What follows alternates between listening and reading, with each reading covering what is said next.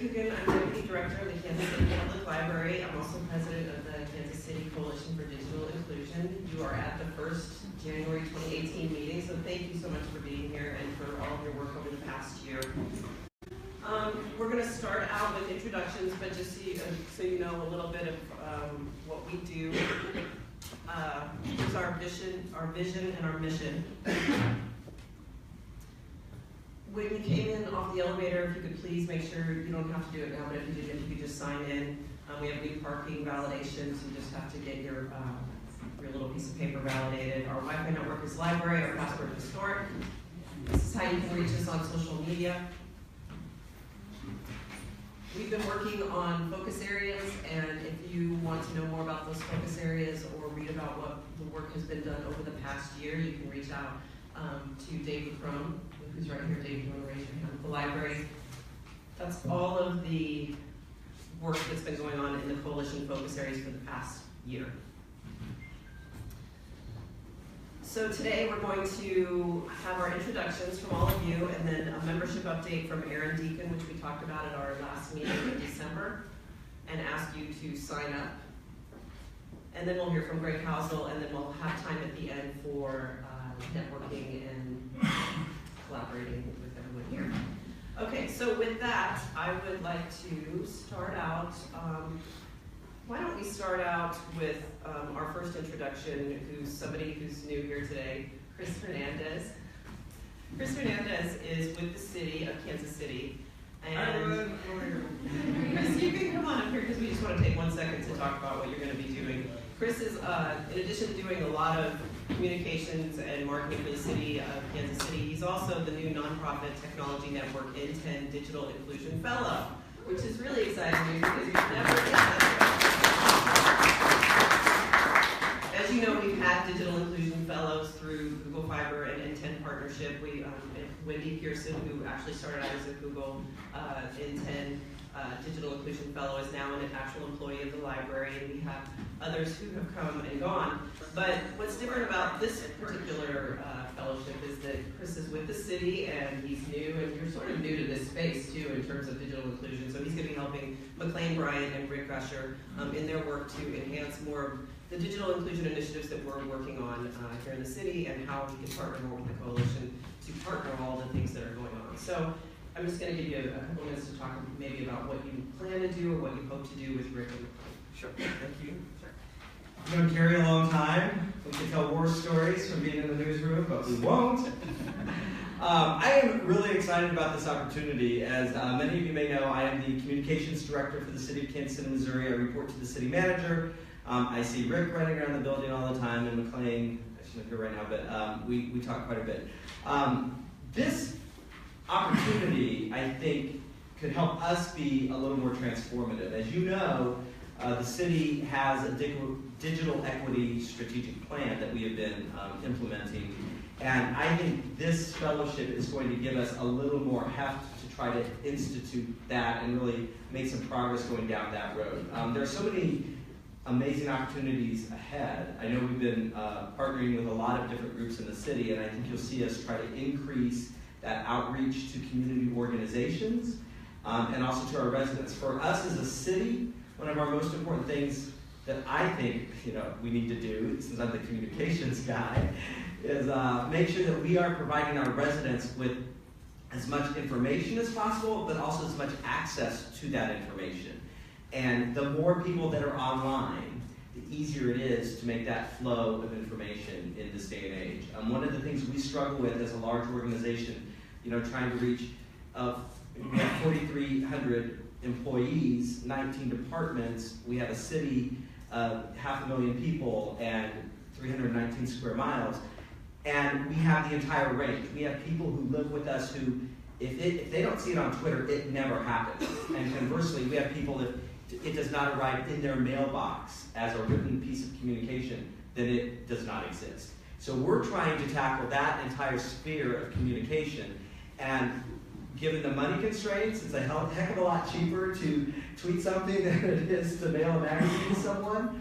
And that's your tax dollars at work. But we have to find a way, the more people we can get into the digital space where that's part of their daily lives, I think that's going to help us as a city as well as all the organizations in this room. So that's where you'll see us going with this fellowship. We'll be we're working on what our community outreach to you and to others is going to look like, so you'll be hearing a lot about that, and I look forward to working with you on that, and I look forward to your support in this endeavor because I think it's good for all of us. Thanks. Chris and I used to work together at Channel 4 as reporters. We actually even spent a brief time sitting next to each other, which is very interesting. Anyway, so thank you very much, Chris, and that's really wonderful news and exciting for all of us.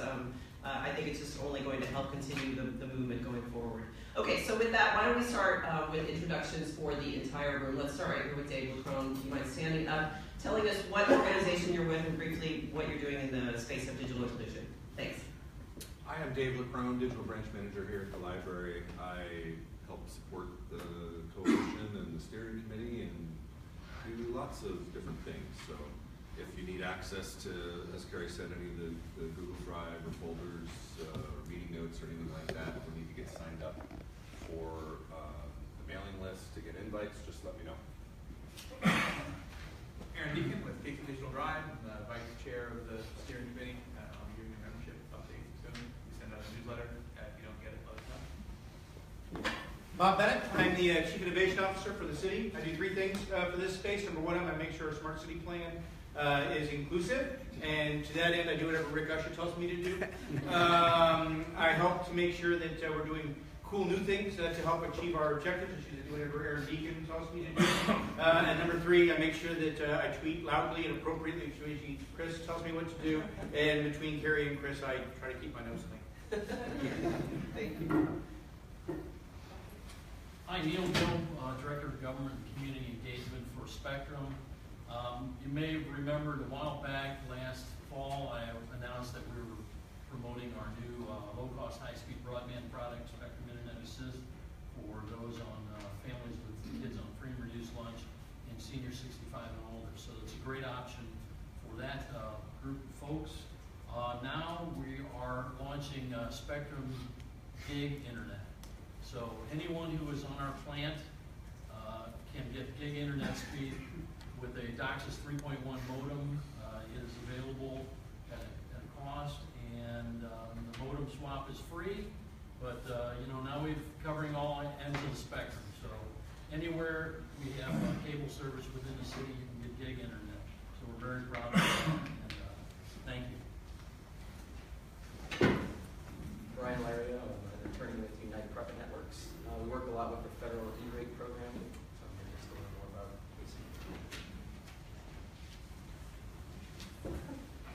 I'm Wendy Pearson. I work here at the library, coordinating programs and content to help our patrons with digital literacy training, career advancement, and help them reach their goals with digital resources.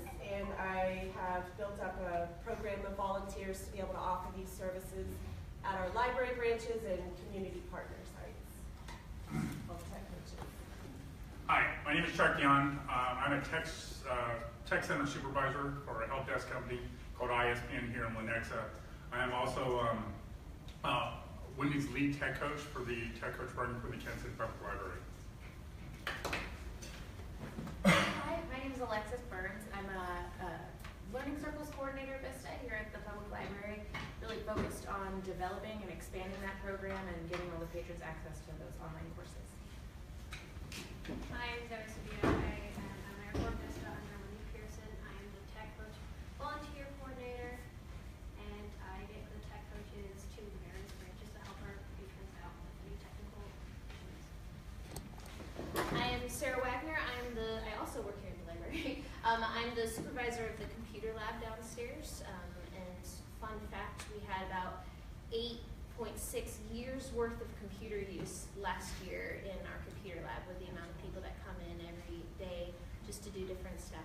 So yeah, it's been a lot of fun. Good morning, my name is Ina Montgomery. My company is Urban Tech. TEC is the acronym for Technology Empowered Communities. I work with schools right now to helping teachers integrate technology in the classroom, KCPS and Hickman Mills, and I also do student technology workshops. Hi, I'm Ron Green. I'm Executive Director of DigiStory KC, and we are attacking digital literacy by helping kids become more proficient in digital media and storytelling. Hi, good morning. Alan Howes, Chief Knowledge Officer with the Unified Government in Wyandotte County in Kansas City, Kansas, and work with a couple of organizations, working closely with KCMO, with Bob and Rick, and working with Aaron Deacon and KC Digital Drive. To Wyandotte County, we're actually working with Unite Private Networks on building out a fiber network for our operations and starting conversations with the Housing Authority and other folks as to how that can also expand access for residents too. And working with organizations like Connecting for Good on things like digital recycling and how we can more closely align the city's work tempo with the needs for organizations like that. I'm president of Indiana Neighborhood Association, and we're here trying to get some information and help with our computer lab. We just received our Google line within the last 2 months.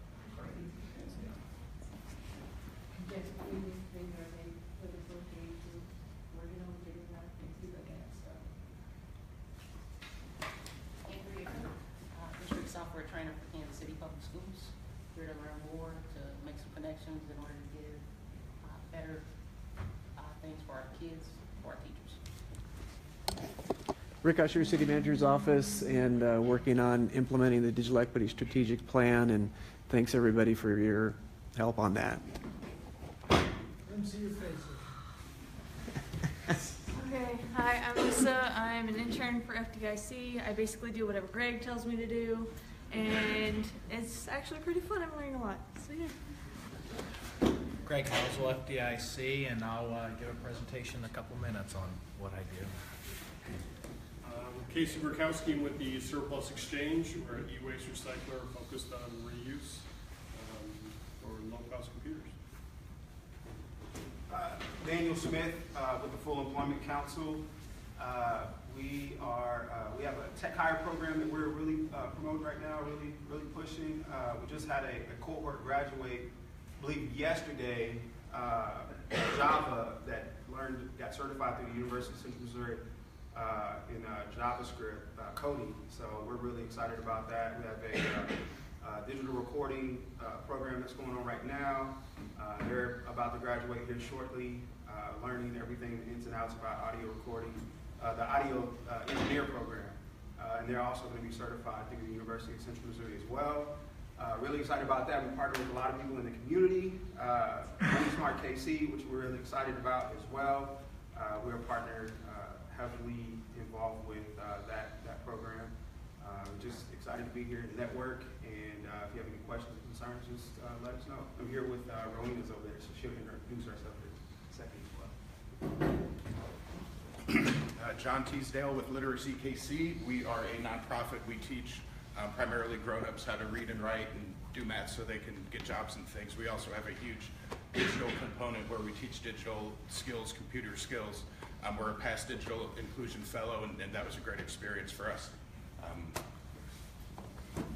I'm Susan Norris from EcoSelect. We do business and IT consulting. We are here to support the community any way we can, for example, being part of the Overcoming Barriers work group here at the college. I'm Tony Lupino. I'm the Director of Entrepreneurship Programs at the UMKC Law School, and I'm here to help connect UMKC campus-wide resources to digital inclusion and equity initiatives in the region. I'm Bill Mullins, among other things, founder of the Kessler Institute, which is an initiative to bring regional collaboration to a higher stage, and am presently primarily involved in helping Tony do what he just said. And you shaved your beard for the first time in 10, 20 years. I was going to say I'm also wearing my Navy buttons. I was going to say that I'm regressing back to my submarine driving days, but I thought that might be a little bit frightening. Hi, I'm Jason Bone. I was brought to Cornerstones of Care to help improve access to all their services and then wrap services around families. And around digital inclusion, that mainly includes trying to get our own staff and internal to use computers and automated systems in a better, more productive way. Also working with young adults to build social capital. Good morning, Tracy Rowland with City of Kansas City, Missouri Health Department. I'm the Digital Services Supervisor and I'm here to support this group. Good morning, guys. I'm Coco Lawson. I work with Google Fiber in the Community Impact team, and we help support different nonprofit and community leaders, and also deliver STEM programming in different platforms here across Kansas City, Missouri sites. Matt Ziegenhorn with Mind Drive. We are an after-school program for under-resourced students from about 22 different high schools on both sides of the state line, connecting kids with the opportunity to engage in project-based learning that's mentor supported by members of the community. Julie Heibel, Employment Specialist with Restart, and I spend a good portion of my time with some of my older clients, navigating their way through the internet and applying for jobs and things like that. Rowena Bierman, Director of Employee Development with the Full Employment Council. Danielle mentioned some of our grants that we have received from the Department of Labor to engage people in employment, but also we develop new talent and create pipelines for employers. We are the designated workforce system in the area, so we have the 5 counties in Missouri whose residents we support in not only employment needs, but also training and development. And we use our funds to assist employers in bringing people on and either training them through accelerated types of training or semester-based programs, or providing the employers the funding to support them with on-the-job training. We also fund a lot of internship opportunities. So we have 3 main career centers. One of them is on 1740 Paseo, and then 7 satellite locations. So, but with the employers, we work on both sides of the state line. And IT is one of our biggest sectors, so as well as others. I mean, we work in every industry, every sector, with every employer side. But IT is a big focus for us because we have about $18 million just in grants just to focus on IT. So we're glad to be here and be part of this group. Thank you. Thank you. Good morning, Domingo Levin with the Steering Council as well as with Metropolitan Community College. I currently work primarily with, or specifically with, our healthcare programs and workforce development. Catherine Hambrick, I'm an AmeriCorps Vista at Casey Digital Drive, and I write the newsletter, the summary blogs, and deliver postings. Michael Carmona with the Hispanic Economic Development Corporation. Very excited to announce that this year the participants of our bilingual computer classes would now be eligible or have the opportunity to receive their certificate in office administration through the University of Central Missouri. So that's something that we've worked on the last few months. And although it led to an unfortunate ending, wrinkle like this story, this past weekend at our Center for Urban Enterprise along Independence Avenue, we hosted a Chiefs party using the Google Fiber connection that we just recently got hooked up with. So we're able to stream the game on our projector. Although it did lead to an unfortunate ending again, it was great because we were able to invite some of our clients and some of our partners to join us for that. So it's really cool. That's great. Thank you.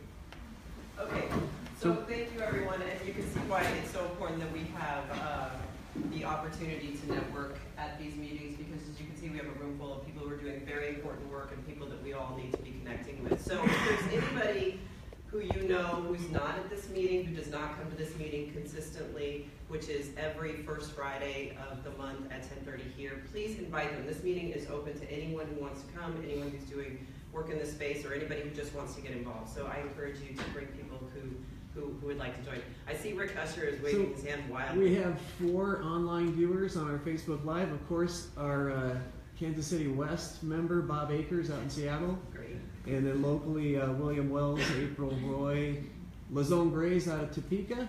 Hello, Lazone. So Great. Thank you to all of our Facebook viewers, and we encourage you also to spread the word about that as well. Okay, so at our December meeting, and one of the things that we've been working on over the past year was how we can begin to solidify the people who come and meet at this group.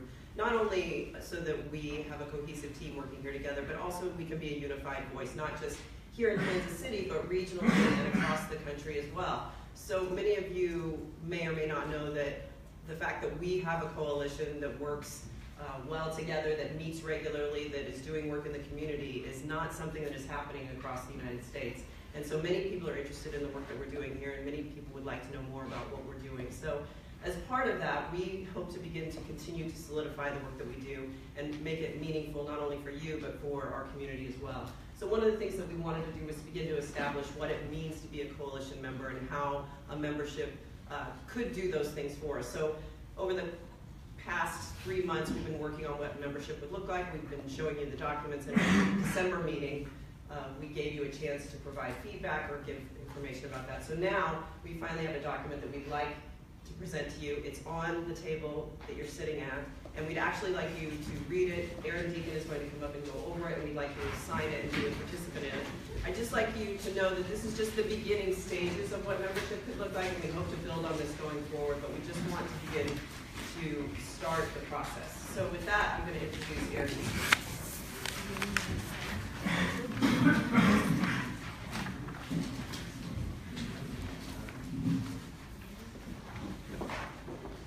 Thanks. So you'll see, this is a fairly lightweight document, but when we talk to people about the coalition, whether locally, we say, oh, you should go to the meeting, you should become a member of the coalition. You don't have it in the middle of your table? Does everybody have a copy? Yeah, no, thanks.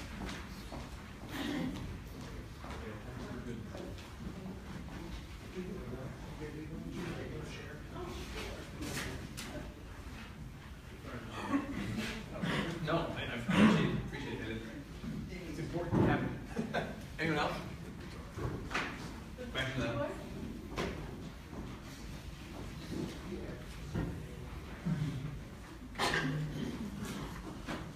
So people would ask, how do I join, or who are your members? And we'd be like, well, the library and the city, and Connecting for Good, and Susan comes, and you're like, oh, does it give a list on your website? Well, no.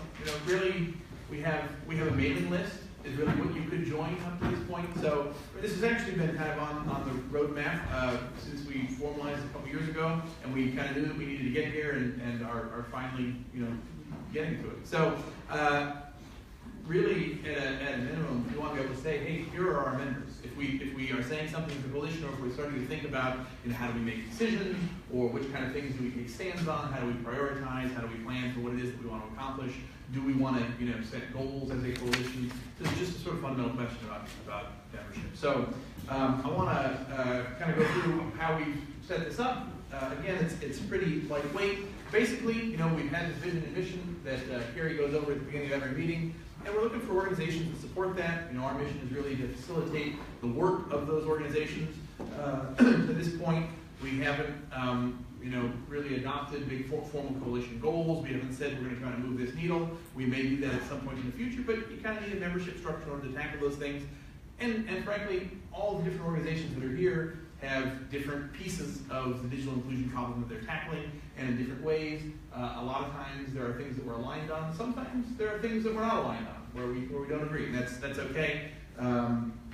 But we do have this level of shared mission. So we want organizations, first of all, to publicly commit themselves to the vision and mission that we've set out. And we think there's value in having that, so that we can say when we go out to people, hey, here's this list of 10 or 20 or 50 or 100 organizations that are really all aligned with this mission and have agreed to collaborate. So the benefits first, why should I be a member? Hopefully that's not something that we need to sell to you here, because you're all coming. And we don't have a ton of staff or capacity. We have some, we have a little bit, but the benefits are, mostly the access to this network. So that's updates on digital inclusion from other coalition members and from our national network partners. It's opportunities for collaborative project proposals. And this happens sometimes in formal ways, but largely in informal ways through the network here. Access and input to resources the coalition prepares, creates and distributes. The ability to participate in coalition work groups. So we've got these 4 work groups that have been meeting. And also an active voice in helping to drive the regional agenda around digital inclusion. Now, the secret, maybe not a secret, is even if you're not a member, you still get these things. Right? So don't be thinking that we're drawing this stark dividing line, and if you're not a member, well, then you're cut off, and you can't come to the meetings or you're not getting the newsletter. But depending on what role you play in the organization and how you sort of articulate or justify your time, we found through a lot of our work that having sort of like, well, what do we get? What are we doing? Why do we have to sign this? Especially if you're going to an executive sponsor and they say, well, why am I going to sign this? They want to be able to say, well, we get some things out of this. So these are really meant to reflect the value that we hope you've all been getting by coming to our meetings over time, and you're still going to get that. But again, it's worthwhile to articulate what that is.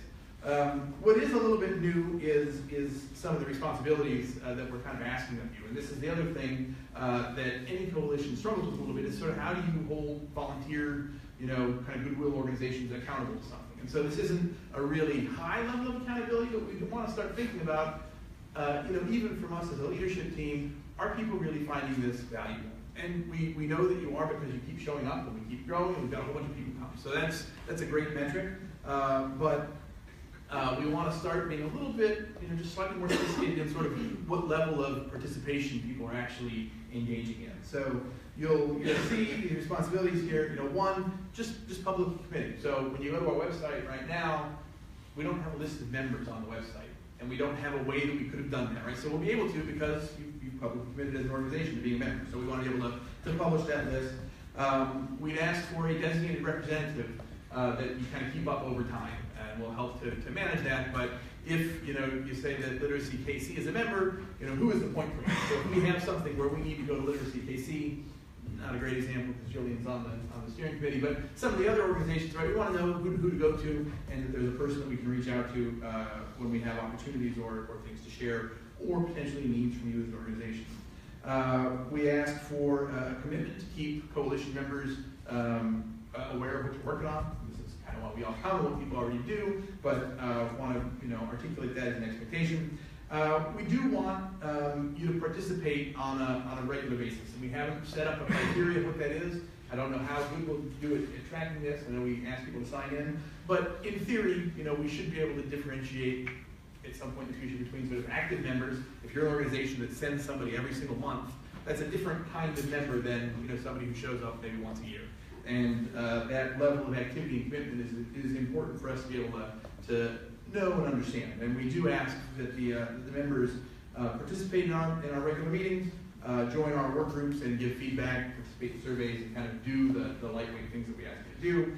And mainly an attitude towards openness and collaboration and sharing. There's not a fee, there's no sort of financial, there's not anything that you're going to be kind of held to. So, but it's a little bit of structure that allows us to plan better going forward. So, any questions? And you've all seen this, and I think we've gone over this a couple times, so hopefully this is nothing new. Two other things to kind of highlight that aren't necessarily accounted for in this document. And one is you may be a representative of an organization that doesn't feel like you've got signing authority for your organization. And so you may have an idea of how you want to handle that. We would love to talk to you about that and figure that out, because part of what the opportunity is for us is to get sort of executive level sponsorship of the coalition. So you may be here just on your own, you're like, oh, I wish my CEO or executive director was more aware of what I was doing, or realized the importance of this work, or had a way to get involved. So if we can help with that, we are happy to do that. You may say, I don't really want to do that. I would rather my executive director didn't know that I was spending an hour and a half doing this, which is fine also. And if you want to figure out a way to like reflect your organization's participation versus your personal, we didn't kind of over-engineer that, we worked that out, but we know that could be an issue for some people, so can definitely figure that out. And then there may be some people here who don't really have an organization, who are just here as individuals. And we really want to make sure, as a coalition, and this is kind of the point of all these benefits are sort of open to the community anyway, but anyone can show up here. In terms of what we're trying to accomplish, really when we go to civic stakeholders and say, hey, look at our membership, and this is who we're able to represent, that is really meaningful on an organizational level. I don't know that we've quite cracked the code on what that would mean. I mean, we don't need a list of organizational members and individual members in to have the same kind of impact, but we want to be sensitive to the individual commitments that you make as individual people who just come and participate because it's something that they care about and that they find value in. So feel free to, if you want to just sign as an individual and submit it, we can figure out what that looks like and what that means depending on how many people there are that are in that situation. It's definitely something that we're open and sensitive to. And I think, as we start to get a better look at what our organizational membership looks like, we'll be in a better position going forward to think about how do we do that individual level outreach and engage more of the community in the work that we're interested in. So, any questions on any of that? How many people that are here right now are planning to sign this and leave it with Carrie before they leave? Okay, good. So we'll have like 15 members that we can get on our website like tomorrow. Tomorrow's Saturday. Yeah, go on, Dave. So hopefully by the next meeting we'll be able to say, start articulating this and then provide a platform for our membership. So thank you. Thank you, Erin. And please feel free to ask any questions, or if you even want to jot questions down or put information on that membership sign-up sheet, that's fine too. And I would just like to reiterate that this is just the beginning stages of this, but we wanted to begin with a baseline. So thank you for that. Now it's time for our speaker for today, and he is someone that many of you may already know. Greg Housel is the Community Affairs Specialist for the Regional Office of the FDIC.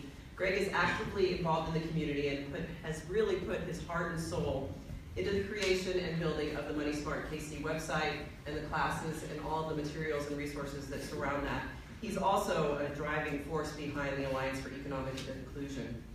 He's here to talk to you today for a couple of reasons, mainly about opportunities for you and for your clients so that you can find out what is available. They're trying to pull the website up right now. He is a huge supporter and advocate of all the work that we're doing, and he's a great partner and collaborator. And finally, he's a really great resource, not only for information, but also materials. As you can see, he's provided materials that you can take away with you today. He can also provide materials for you and your organization that you can then forward on to your clients to help spread the word about resources that are really important and available to them right now. So without further ado, I'd like to welcome Greg Housel.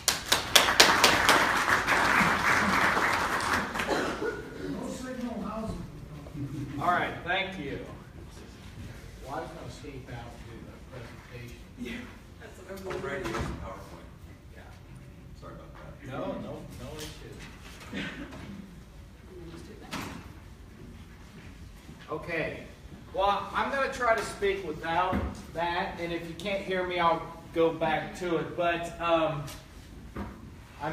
Greg Housel with the FDIC, and I represent the Alliance for Economic Inclusion. I help out there in Money Smart KC, and there's a lot of partners in here, both those organizations.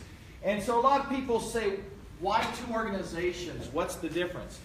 This organization has about 700 people that want to do something. They want to host a class. They want to teach. They want to work in round tables on developing programs, products, and services. Right here, this is an organization of about 50 people that give them something to do.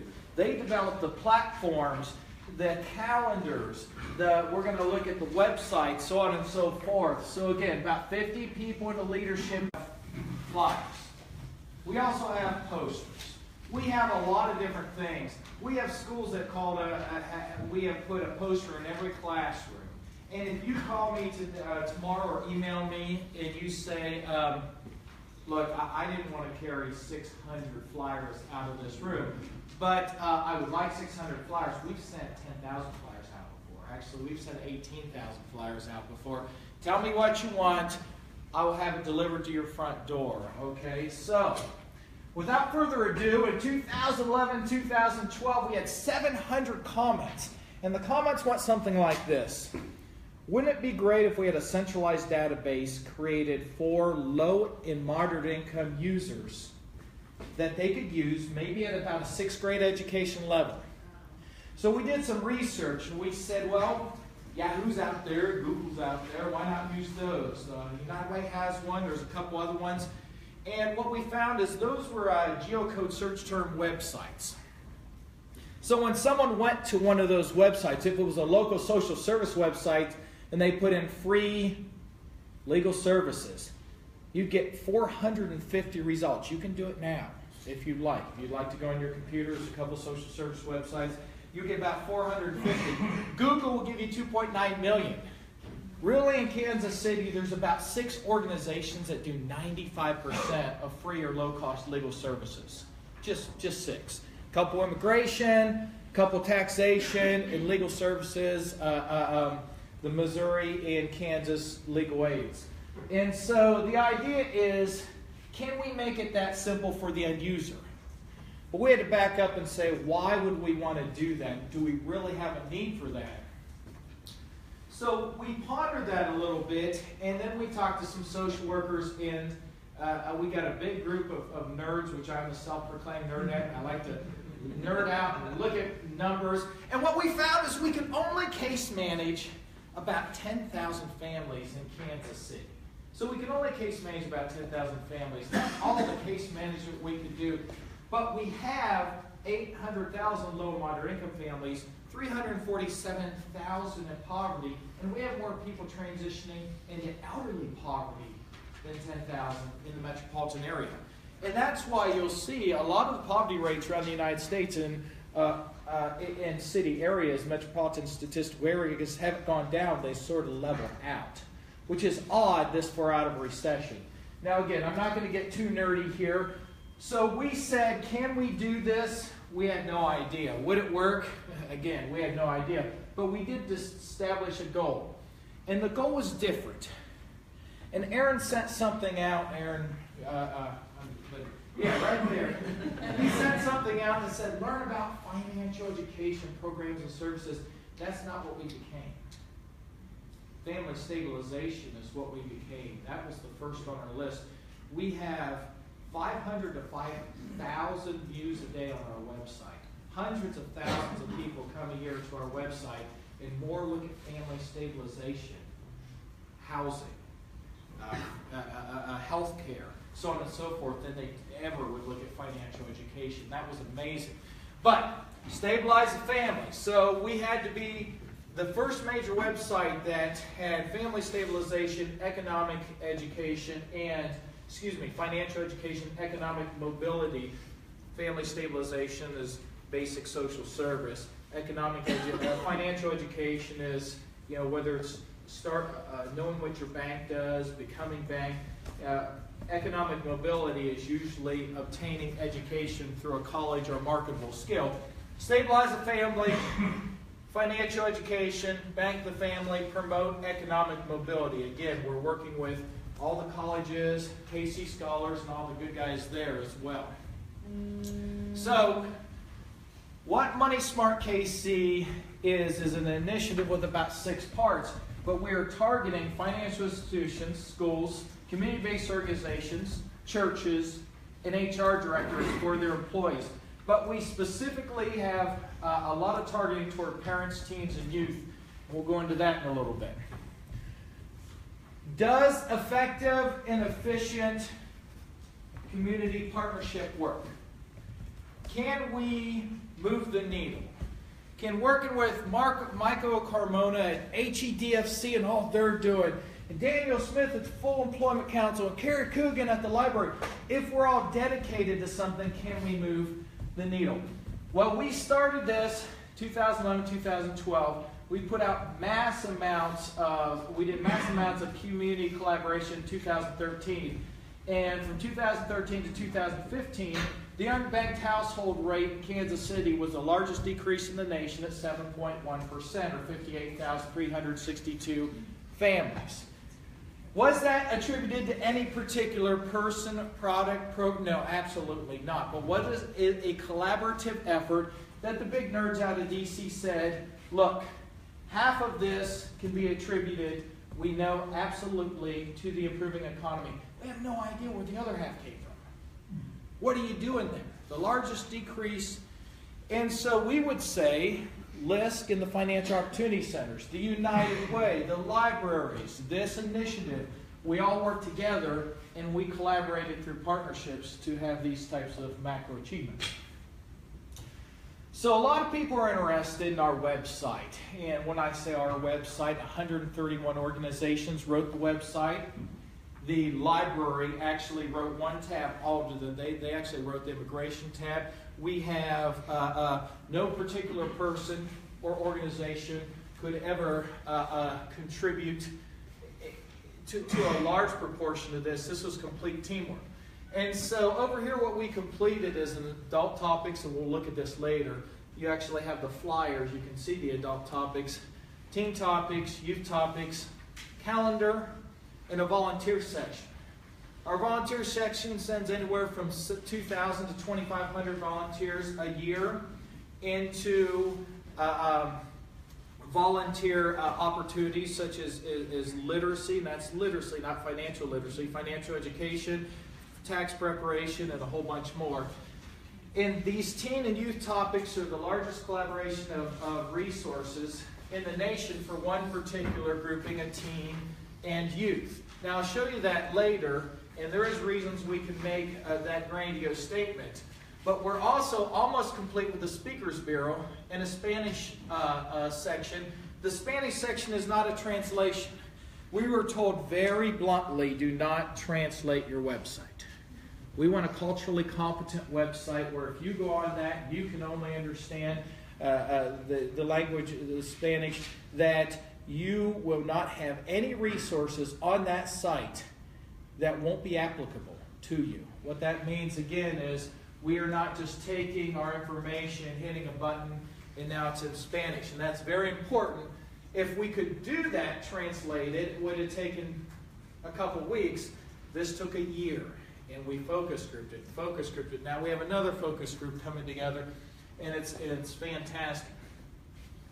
We're also working on a young adults topic. Jason Bone in the back there, and his team's working on this. Jason's also working on an assessment for us. My intern Lisa, wonderful, fantastic person, is working on individual pages, so you'll be able to save your information, come back to your resources, and we're adding about 800 videos. So why is a website different? What's it different from Google or Yahoo or any of the other search websites? Again, a lot of websites are geocoded websites. What we have is absolute proof that if a low and moderate income individual sits down and they're getting inundated with unvetted resources, that they will either not act or make a negative decision over 50% of the time. That's over 50% of the time. That's amazing. So on Google, you look up, and this is true, you can look it up right now on your phone. You look up Google Free Financial Education Kansas City, and they give you 14.9 million resources. That's, again, this is true. We do it all the time. And you look at one of the social service sites in Kansas City, and yesterday it gave me 10,400 resources. That inundates an individual. And if they have limited capacity or limited education, it inundates them even further. So what we did is we surrounded them with, in any particular subject, the groups that do about 95% of all of that subject's activities. Let me be a little more specific. You go to free tax preparation, there's AARP, there's Next Step KC, there's Missouri Extension, there's a couple more that do real free tax preparation. Now, did we leave out some of the smaller organizations that help 50 people or 75 people? Yes. But our goal is to give people about 6 or 7 choices, 10 or 12 choices that gets them to vetted resources that do a majority of the whatever it is they're interested in. So we have 100 call centers they can call for free, and we like to set up our resources like this. Here's a call center, because when you're in crisis, you want to talk to someone. Here's some education material in case you want to independently research the topic, housing or legal services or financial education. And then at the bottom, another call center, and we're looking at Skyping, and we're looking at a whole bunch of new and innovative things. So we spent 15,500 hours over the last 5 years. We've classified 4,800 local and national resources, and right now we have an adult, a teen, and a youth, and provider tabs, and so on and so forth. So our network, we send out approximately 260,000 emails. Has anyone received an email from us? Okay, a lot of people. 260,000 emails. Now, who do we send emails to? It depends what list you're on. But think about this. When we send out something cool, here's the free tax preparation sites. Here's when they're going to be ready to go. Here's how you qualify. That goes to 1,200 financial education teachers and economic teachers. That goes to every municipality. It goes to every bank. That goes to 250 of the top HR directors. That goes to every superintendent, every school communication director. It goes to 2,000 non-for-profits. And so the idea is, are we all on the same page? And for every time we send that out, that's 6,300 individuals, we have 10 people that say, I want to be on the list. And we have one person that wants off the list. And that's okay if you want off the list. Okay. So, who does our network include? Now, one of the big things we also do besides the 6,300 is there are 15 very large organizations. These organizations are astronomically huge in who they serve. I believe, if I'm not mistaken, the Salvation Army serves 306,000 that are unduplicated. That's a huge organization. The Housing Authority houses 25,000. Housing Authority, Kansas City, Missouri, houses 25,000 individual. Huge organizations because they case manage about 1,200 families, and that's amazing as well. So we are in constant contact with these large organizations that honestly serve more than everyone else combined. But we value everyone. But we send information. And when I teach on this, I have a marketing degree and a communication degree. When we're going to talk to Catholic Charities has 13 locations. We pull the management staff of every location. Therefore, when we send Catholic Charities information, I'm not saying you're the manager of this section of Catholic Charities. I'm saying to the entire organization, here's the cool stuff we're doing, and I hope you like it.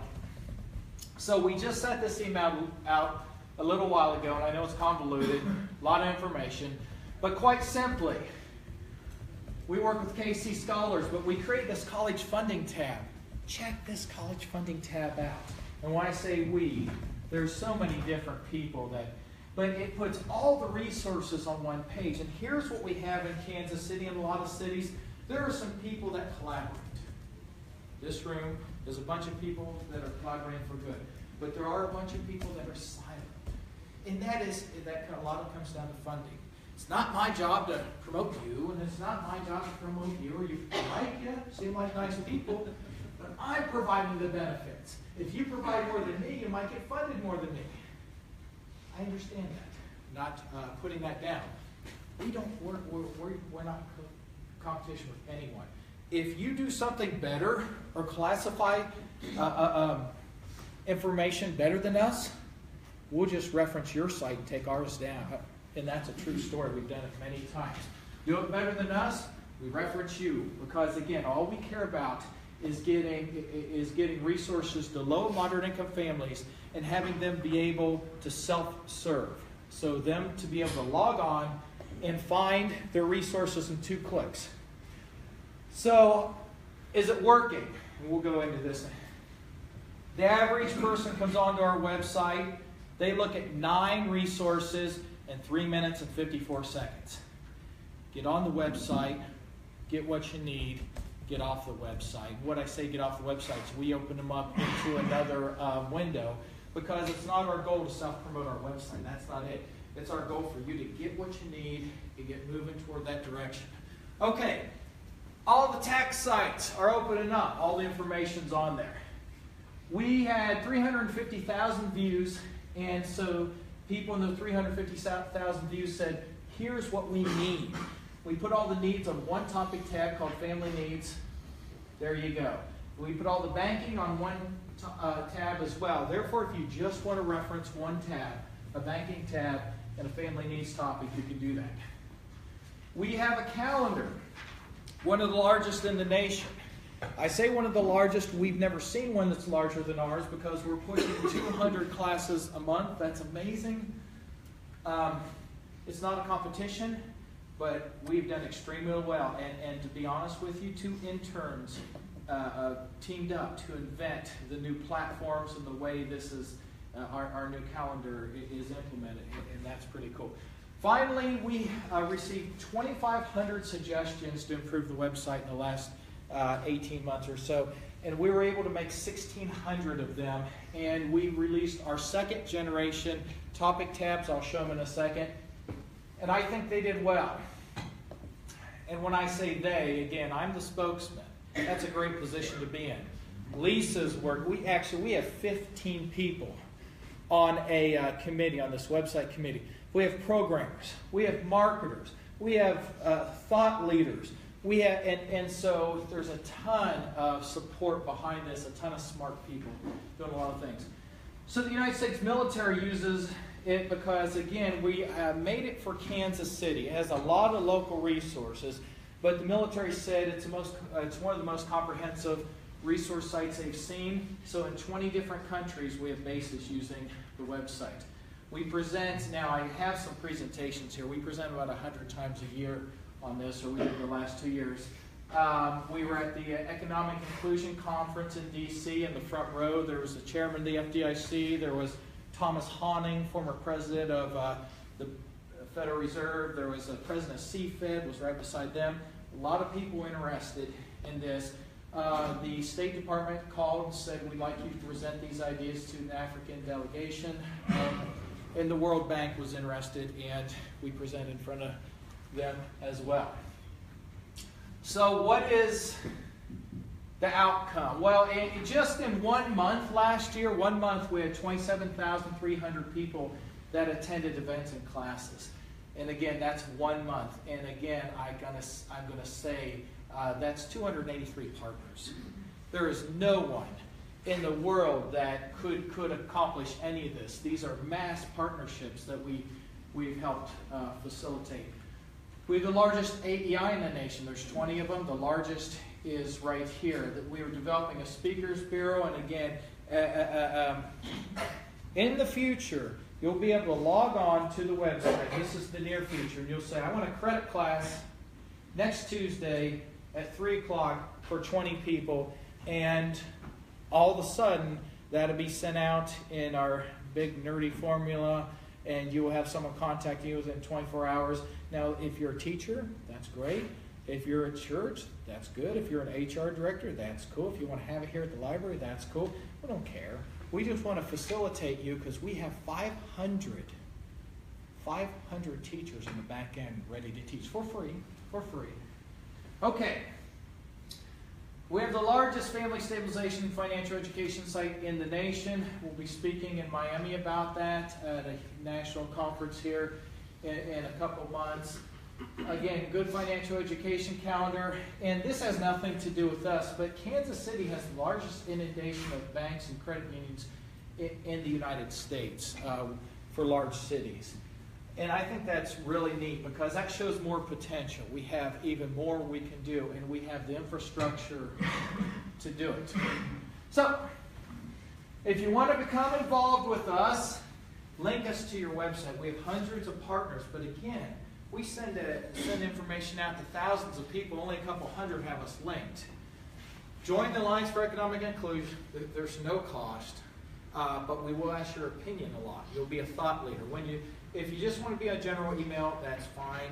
If you want to be a thought leader, if you want to come and put your fist down and say, Greg, you're doing this wrong, do it right, and here's how to do it right, we'll listen, and we won't be offended. I promise you that. List your events on the Money Smart calendar.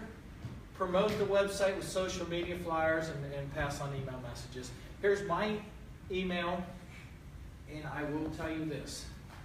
We get suggestions, not every week, not every day, but it seems like every hour. And Marvin, I just saw you back there. Marvin called me up the other day, and he's there like, the true story. He called her email. He's like, hey, Greg, you're doing this over the Fed. Why don't you park a small, tiny house on the front yard of the Fed? And I said, because it was a veteran's house, and we were doing housing. And I'm sitting there going, there's no way the Fed is going to allow us to bring a veteran's house. Park it on their front yard. Marvin, but I said, I'll submit it. I love the idea. It was approved within 8 hours. We got his house on the Fed, and it was covered by numerous media. That was all Marvin. He had a great idea. We pushed it forward, and in 8 hours we had it approved. And Marvin, that was 4 days before the meeting, right?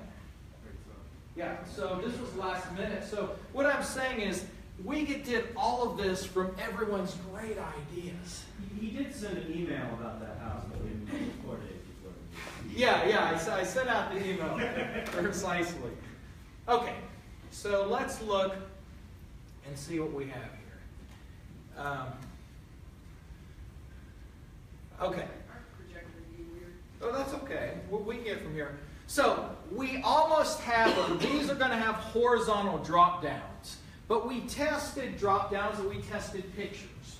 We have done an immense amount of testing. An immense amount of testing of elderly, testing of high school dropouts, testing of students. And so we are going to have horizontal drop downs, but not vertical drop downs right here. But this is quite simply just like the flyer. You go to adult topics. I better make sure I'm all right. A couple more minutes. All right. So, and here you go. So now with the drop-down email, anything you want. Now let me be very specific. Our goal is to provide a youth, a teen, or an adult,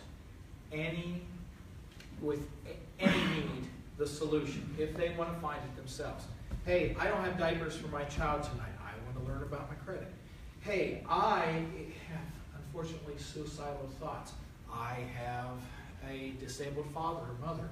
Hey, it doesn't matter. In fact, we'll play a game. We'll sit around the table and we'll say, okay, what didn't we cover? And hey, can you find a kid, your child doesn't have a bed on there. Can we find it? Hey, can we find Alcoholics Anonymous or something with an alcohol treatment? Hey, can we, so look, anything that you want, it's right here. And so let's pick one. Let's pick housing. Housing's the number one, the second most utilized. We'll have fun. I'll show you the number one. But housing, we have tens of thousands of hits to housing. That's no exaggeration. And then look to the right side. This is quite simple how it is. You want homeless resources? So let's say I click. Sure, I want homeless resources. What kind of resources? So now that's 2 clicks. There you go. Every emergency resource mapped out in the exact addresses. We want to get you the resources. We want to resources for your clients. There's no messing around. There's no convoluted process. It's 2 clicks, and you have all the emergency resources. Let's say you want home ownership, housing authorities. The HUD resource locator is amazing. Foreclosure prevention, anything is right here. Now you look, there's about 15 categories to the side. There's not 40. There's not 400. You look to the right side, and you have the United Way number. You look to the middle, and you have other hotline numbers. We want you to be able to call someone, talk to someone. This is for someone with a 6th grade education, or someone that's a practitioner. It doesn't have to be that. I'm just saying, this is for someone to get what they need in 2 clicks and get very effective and efficient information. And they're all set up. This is our 2nd generation setup, and it's very easy to use, and it's very specific. And if you want, as a social worker, I'd have to sit down with hundreds of families over a 15-year career as a social worker, and I have to be there like, tell me your issues. Tell me your fears. Tell me what's holding you back. And now I can say, let's go to this. And you can look at some things and give me some questions off the website. A lot of social service organizations do this. Now I will leave you with this. I want to leave everyone with some fun. So you come through here, I'm just showing you what you have. Reentry. This retirement and senior resources is amazing what's on there. But they're all great. Whether you want loans, whether you... So we ask a group of students, we said, how do we get a man or woman making $200,000, has a couple kids, how do we get them interested? And their first question was, why would you want to? And I said, because if they know about it, their church will know about it, their social groups will know about it, you know, the whatever, where the golfing buddies will know about it, and it will be exposed to more people in need. And they said, okay. And it was a 17-year-old young lady, and she said, fun and free in KC. And I said, why would that attract middle, upper middle class people? And they said, well, they're not going to be as interested in the resources, but they will be interested in having fun with their kids. And I said, go on. And she said, look, whether you want to drink wine, she said, I don't drink wine right now. But she said, whether you want to drink wine, listen to jazz, or you want to do stuff with your kids, or you want to know what's free this weekend in Kansas City, they researched there's 29 calendars, and they do not promote each other because they're in absolute competition. I said, really? So they developed Fun and Free in KC. And quite simply, look to the left here. You can create your own adventure. You can view calendars of events.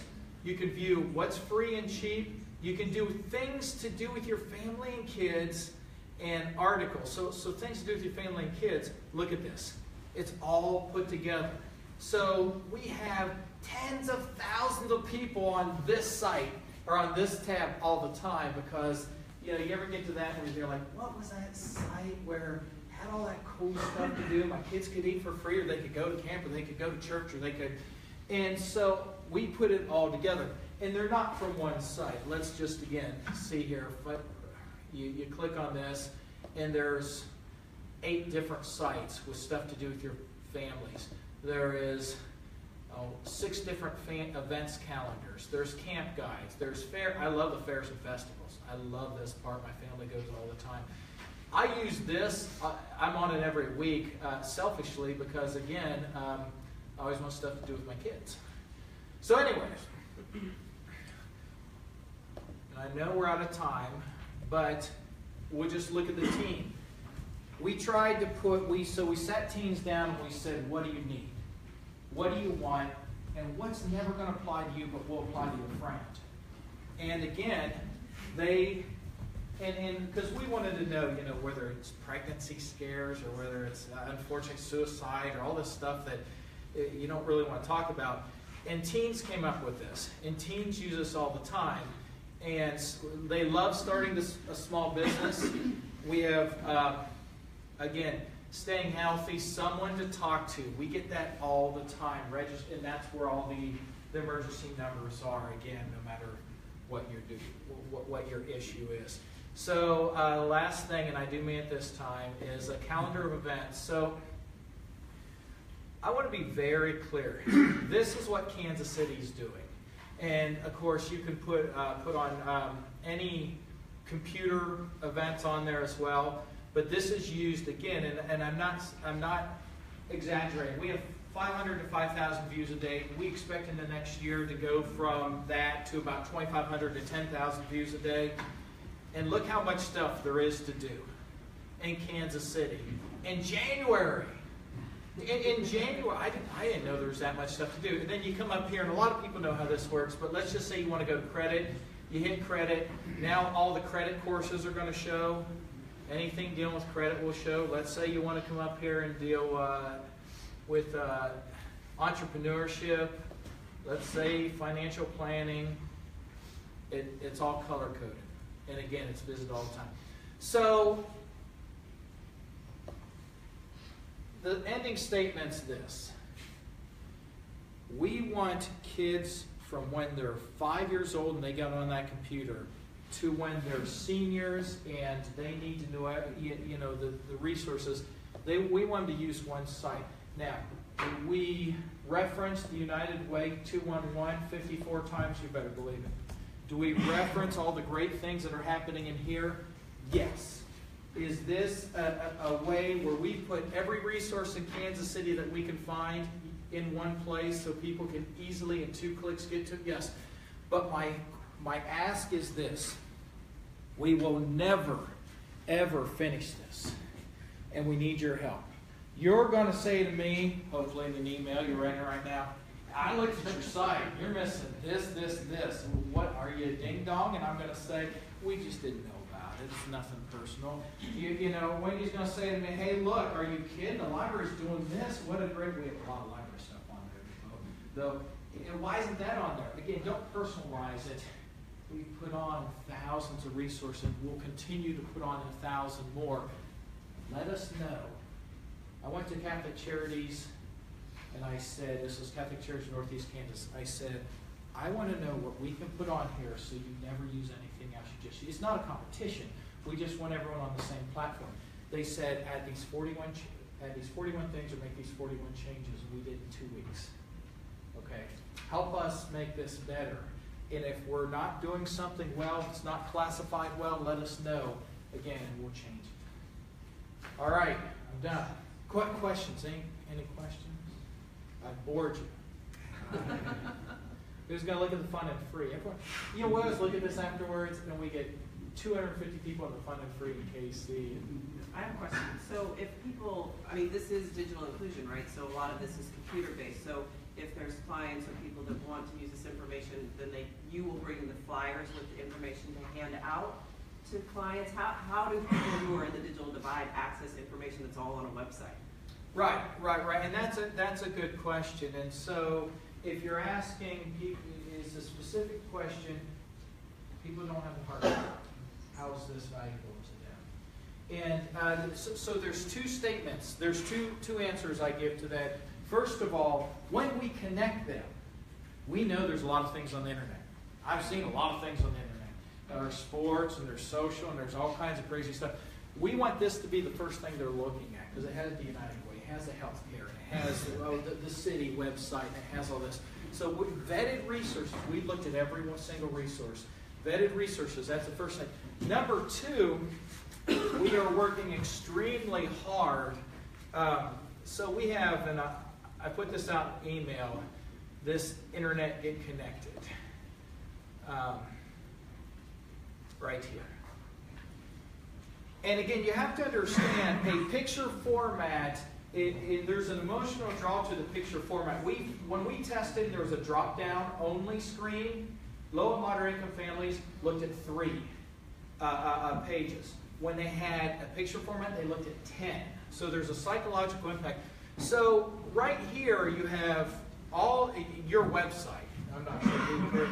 But what we did is we were testing out how, and we can do this, we got all kinds of, we're testing out where the best access points are and how to list. We are pushing dramatically this low-cost refurbished computers. So I think what we're trying to do, and what does that mean? What do you mean by that, Greg? Last year I put out 10,000 flyers at free tax preparation sites. You're getting $2,700 back the average at a free tax preparation site.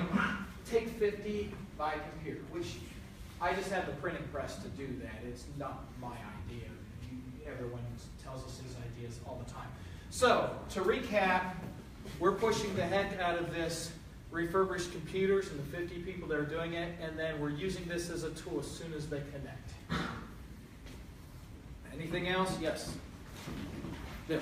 I'm going to ask the question I always ask, Greg.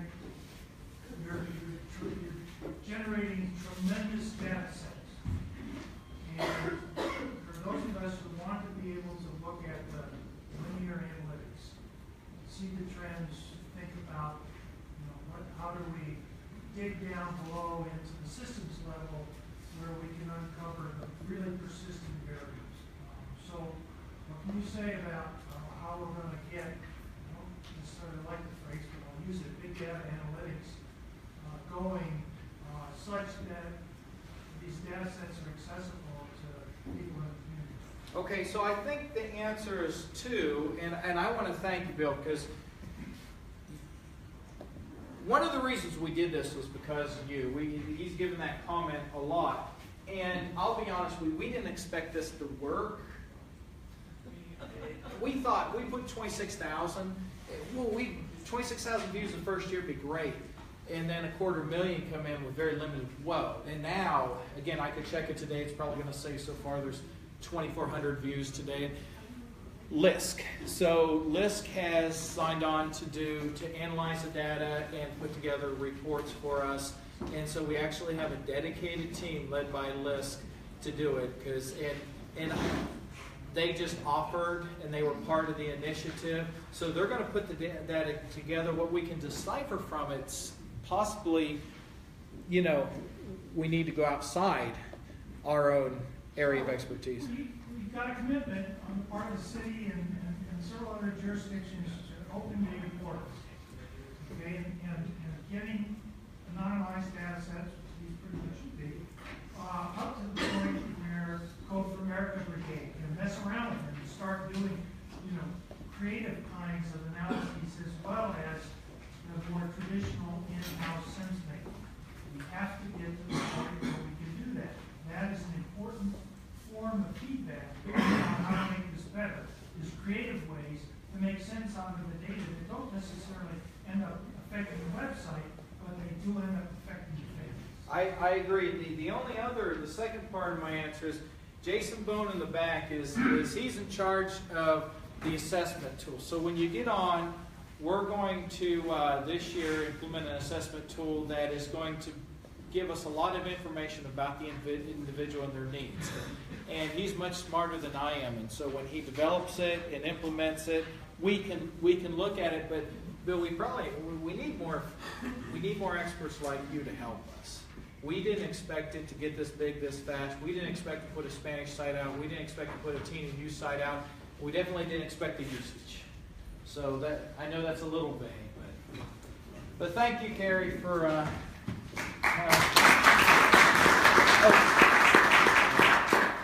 was going to say, for example, when I get a stack of these, I take them to the public library, and then your office sometimes mails some. And now they have them on the little bulletin board, the smart money. And then if you go across the street to the workforce development, the unemployment office, they keep a stack to make sure that they are supplied. If I go to Missouri to the Full Employment Council, the same thing.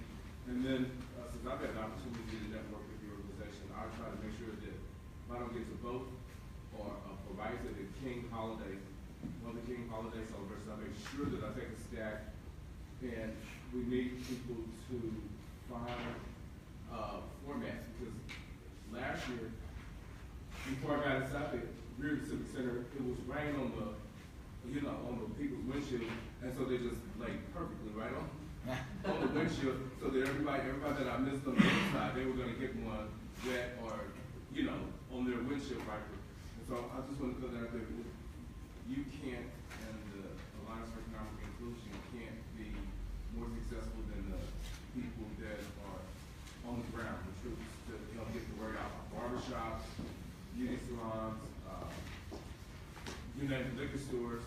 you know, they want to read, right? I just want to throw that out there. Right, and Marv, you're 100% right. We have a marketing issue. We want 1% of LMI to be on a day. That's just something we would like. And so we have a marketing issue that we need assistance with. Part of that was because we wanted to wait till we got the second generation so it looks like this and it's so easy to use, and get the Spanish side up before we mass marketed it. But guys, there's all kinds of information on the back. Take as much as you want. Now, I will say this. When we focus grouped LMI, so low moderate income individuals, and specifically we focus grouped high school dropouts and seniors and a couple other groups, only 30% knew about United Way 211. Only 30%. We have a marketing issue of our services more than anything else, and I couldn't agree more, Marvin. So please help us market. Great, thank you again, Greg. And just a reminder to everyone, if you signed a membership form, you can either leave it on the table or hand it to Wendy as you leave. Our next meeting is next February 2nd. It's the first Friday of the month, 10:30 right here. Any other final questions? Okay, thank you all so much. Take care, have a good weekend.